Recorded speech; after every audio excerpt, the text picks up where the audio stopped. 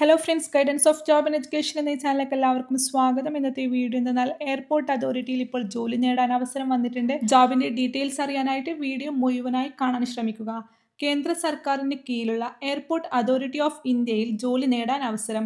Senior assistant തസ്തികയിലേക്കാണ് പുതിയ recruitment വന്നിട്ടുള്ളത്. വിവിധ സംസ്ഥാനങ്ങളിലായി ഇപ്പോൾ വന്നിട്ടുള്ള ഒഴിവുകളിലേക്കാണ് നിയമനങ്ങൾ നടക്കുന്നത്.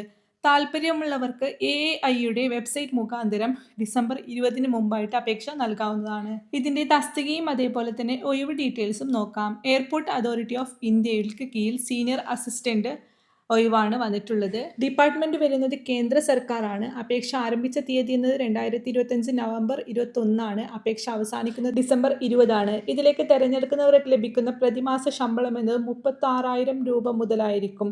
ഈ ഒരു ജോബിലേക്ക് അപ്ലൈ ചെയ്യാനുള്ള ഏജ് ലിമിറ്റ് എന്നത് 18 വയസ്സ് മുതൽ 30 വയസ്സ് വരെ പ്രായമുള്ളവർക്ക് ഇതിലേക്ക് അപേക്ഷിക്കാവുന്നതാണ്. ഉദ്യോഗാർത്ഥികളുടെ പ്രായം 31/10/2025 എന്നതിൽ കണക്കാക്കുന്നതാണ്. ഈ ഒരു ജോബിലേക്ക് അപ്ലൈ ചെയ്യാനുള്ള യോഗ്യത എന്നത് ഡിഗ്രി പൂർത്തിയാക്കിയിരിക്കണം. അതേപോലെ തന്നെ ഇംഗ്ലീഷ് ഒരു വിഷയമായി പഠിച്ചിട്ടുള്ള ഹിന്ദിയിൽ PG അല്ലെങ്കിൽ ഡിഗ്രി ലെവലിൽ ഹിന്ദി പഠിക്കുകയും ഇംഗ്ലീഷിൽ PG കഴിഞ്ഞവർക്കും ഇതിലേക്ക് അപ്ലൈ ചെയ്യാൻ സാധിക്കുന്നതാണ്.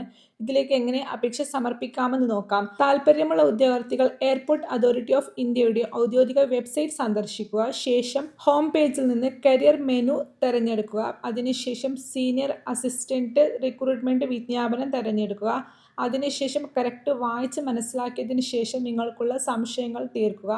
അപേക്ഷ നൽകുന്നതിന് മുമ്പായിട്ട് തന്നിരിക്കുന്ന ലിങ്ക് ഉപയോഗിക്കുക. അപേക്ഷ ഫീസ് ഇതിനായിട്ട് നൽകേണ്ടതായിട്ടില്ല. അപേക്ഷ സ്വീകരിക്കുന്ന അവസാന തീയതി എന്നത് ഡിസംബർ 20. അതിന് മുമ്പായിട്ട് നിങ്ങൾ അപേക്ഷിക്കേണ്ടതായിട്ടുണ്ട്. ഇതിൻ്റെ ഒഫീഷ്യൽ വെബ്സൈറ്റ് ലിങ്ക് ഞാൻ ഡിസ്ക്രിപ്ഷൻ ബോക്സിൽ കൊടുക്കുന്നതാണ്. അതിൽ ക്ലിക്ക് ചെയ്ത് നിങ്ങൾക്ക് ഡയറക്റ്റ് അപ്ലൈ ചെയ്യാവുന്നതാണ്. അതേപോലെ തന്നെ നിങ്ങൾക്ക് നോട്ടിഫിക്കേഷൻ വായിച്ച് മനസ്സിലാക്കാൻ സാധിക്കുന്നതാണ്. ഓക്കെ, ഇൻട്രസ്റ്റ് ഉണ്ടെങ്കിൽ ജസ്റ്റ് ഒന്ന് അപ്ലൈ ചെയ്ത് നോക്കാം. Okay, thank